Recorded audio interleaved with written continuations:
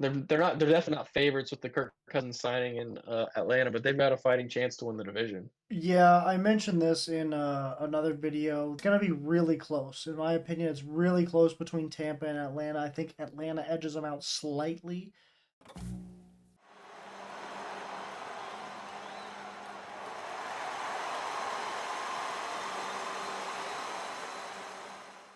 Welcome back to my professional sports channel on YouTube. Welcome back to Snowball Chair Sports. I'm your host, Zach Purple, here with the coast today.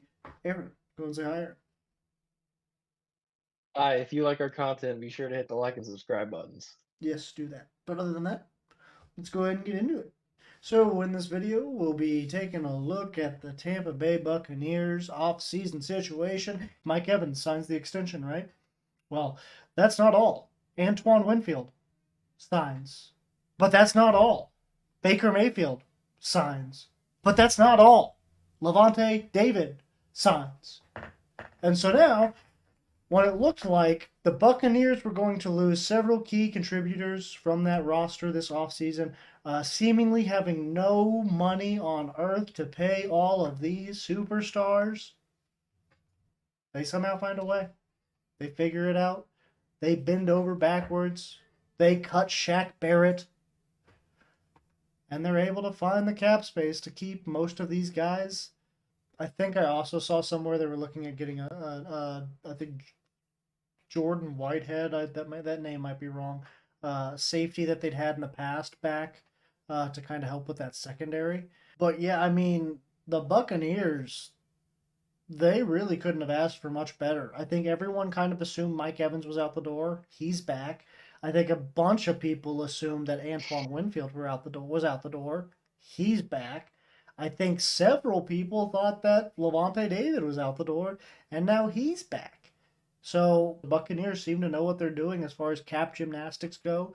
They seem to figure out what they need to do in order to retain the players that they want to retain. But the big portion I wanted to talk about in this video is Baker Mayfield. The Bake Show is back in the Bay of Tampa.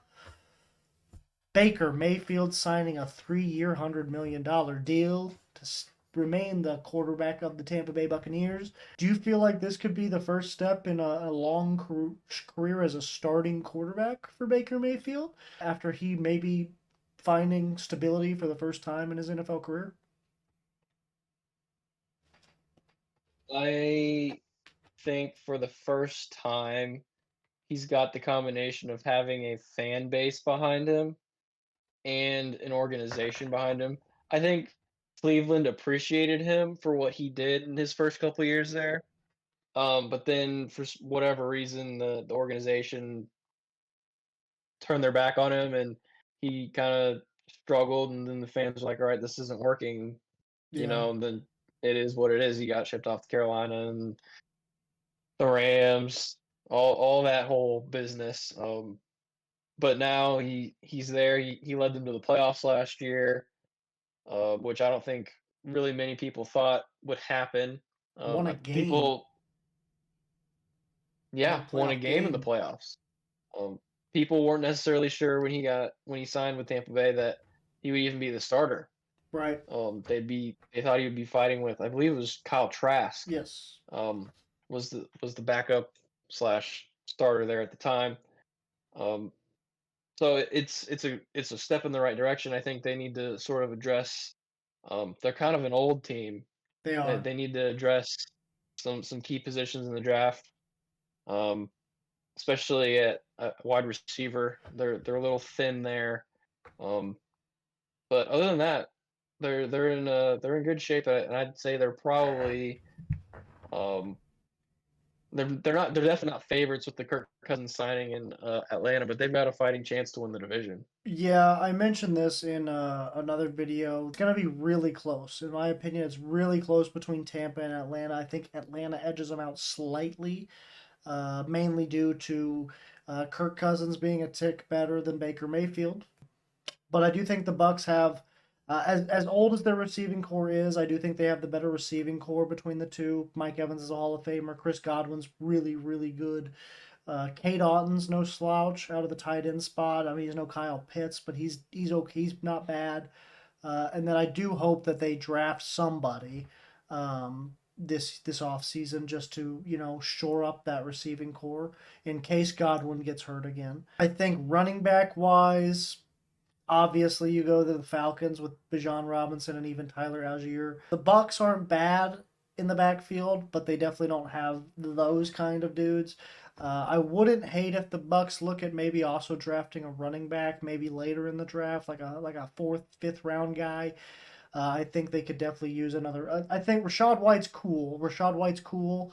But they could use another guy to kind of play off of him. And then I think the offensive line for Tampa Bay is better. So it's kind of a wash when you're looking at everything outside of the quarterback on the offensive side of the ball. Um, Tampa Bay's probably got or I guess if you include the quarterback on the offensive side of the ball, Tampa Bay's got the offensive line and arguably the receiving core. Atlanta has the quarterback and the running back. Then if you look at the defensive side of the ball, Tampa Bay probably edges them out slightly just because of Levante David and Antoine Winfield, those guys that have shown that they can be all pro caliber. Atlanta's got a couple good pieces, but they don't have anybody on that level, I feel like. And then special teams probably slightly in Atlanta's favor, but at that point you can kind of go either way. So I do think it's going to be close between Tampa Bay and Atlanta all year long. Um, Atlanta's going to be their biggest obstacle for sure because I think New Orleans is a sinking ship. And then obviously we talked about how bad Carolina is. We'll just have to wait and see how they match up against each other. But do you expect the Buccaneers to do any more this offseason? Or do you think, I mean, we kind of talked about their limitations earlier in like last month or something like that about how we thought they wouldn't be able to do much because we didn't think they had much cap space. Well, they've seemed to, find a little bit. Again, we don't know if that's taken into account the Levante David contract and all that stuff. But do you expect any other big moves? They've got, A we little think, extra. the cap space to go fill in another need, whether it's at running back or something else, Yeah. receiver. Yeah, I'd be surprised if they go running back at this point. I feel like all of the decent ones are kind of taken already. Um, Receivers definitely an option. There's a couple of other guys hanging out for that position. I could maybe also see a cornerback if you want to get a veteran guy back there in the secondary. I don't know if Kevin Byard has signed anywhere yet, but that could be. I think he has. But someone like a Kevin Byard would be a decent option, I think, especially if you've got the leftover money that we think they might have. Unless you got anything else on Tampa Bay, I think that'll do it for this episode of the Most Unprofessional Sports Channel on YouTube. So, Chair Sports, I've been your host, Zach Zuckerberg. We'll hear the coast today. Aaron, go and say bye, Aaron. Bye.